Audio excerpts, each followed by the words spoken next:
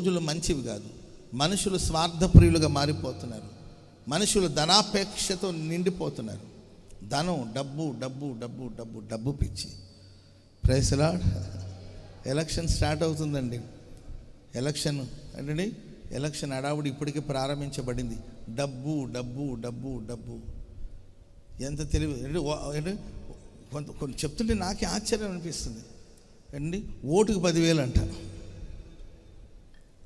ఎంత అంటండి? ఎక్కడ పాస్టర్ గారు అంటారేమో, నాకెవరైతే చెప్తే తెలుసు. ఓటుకు 10,000 అంట. 5 ఉంటే కొంతమంది అంట, అయ్యో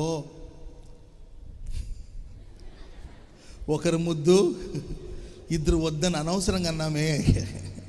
ఒక 10 మందిని కనుంటే 10 ప్లస్ వీళ్ళిద్దరు ఎంత? 12. ఓటుకు 10,000 అంటే 12 మందికి చెప్పాలి ఎంతండి? 1,20,000. ఏంటండి? ఆ పార్టీ 1,20,000, ఈ పార్టీ అయ్యో అనవసరంగా 2,40,000 అనవసరంగా పోగొట్టుకుని అనుకుంటూ ఉంటారు. డబ్బు డబ్బు డబ్బు పిచ్చి. ఇది అంత్య దినాలండి. డబ్బు కోసం ఎంత దుర్మార్గానికైనా పాల్పడతారు కొంతమంది. Praise lord. డబ్బు అంటదంట ఒరే మనల్ని చూసి అంటదంట. డబ్బు అంటదంట మనల్ని చూసి, ఒరే నేను నీతో ఉంటే నీవు ధనవంతుడివి, నేను నీతో లేకపోతే నీవు దరిద్రుడివి. నీతో నేను ఉంటేనే నిన్ను ధనవంతుడు అని పిలుస్తారు, నేను లేకపోతే నిన్ను దరిద్రుడని చూస్తారు, హీనంగా చూస్తారు.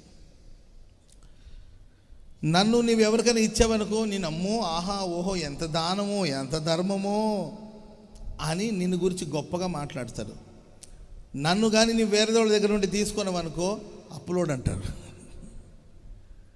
ధనం ఇలా అంటదంట, నీ వెళ్ళేటప్పుడు నన్ను వెంట పెట్టుకుని వెళ్ళు. ఏ ఇంటికి వెళ్ళినా అయ్యో ఎప్పుడు వచ్చారండి, ఇక్కడ కూర్చోండి అక్కడ కూర్చోండి, ఏసీ అయినా ఫ్యాన్ అయినా, కూల్ డ్రింక్ తాగుతారా హాట్ డ్రింక్ తాగుతారా, తింటారా ఉంటారా అని ఎంత మర్యాదలు చేస్తారు.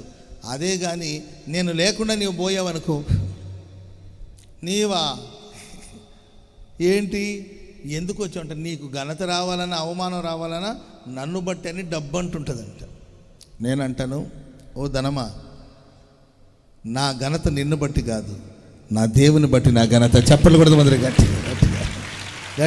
గట్టిగా హల్లెలూయా, గట్టిగా హల్లెలూయా. ధనాన్ని బట్టి మనుషులు మనల్ని ఘనపరిస్తే ఆ ధనం మనల్ని విడిచిపోయినప్పుడు అవమానపరుస్తారు.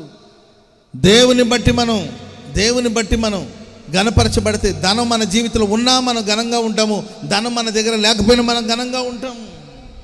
స్తోత్రం చెప్పండి అందరూ గట్టిగా హల్లెలూయా.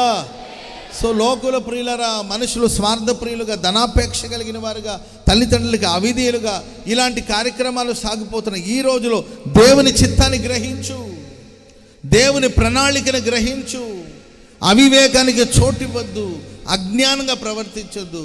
నీవు జ్ఞానముతో నడుచుకోవాలని వాక్యం హెచ్చరిస్తుంది.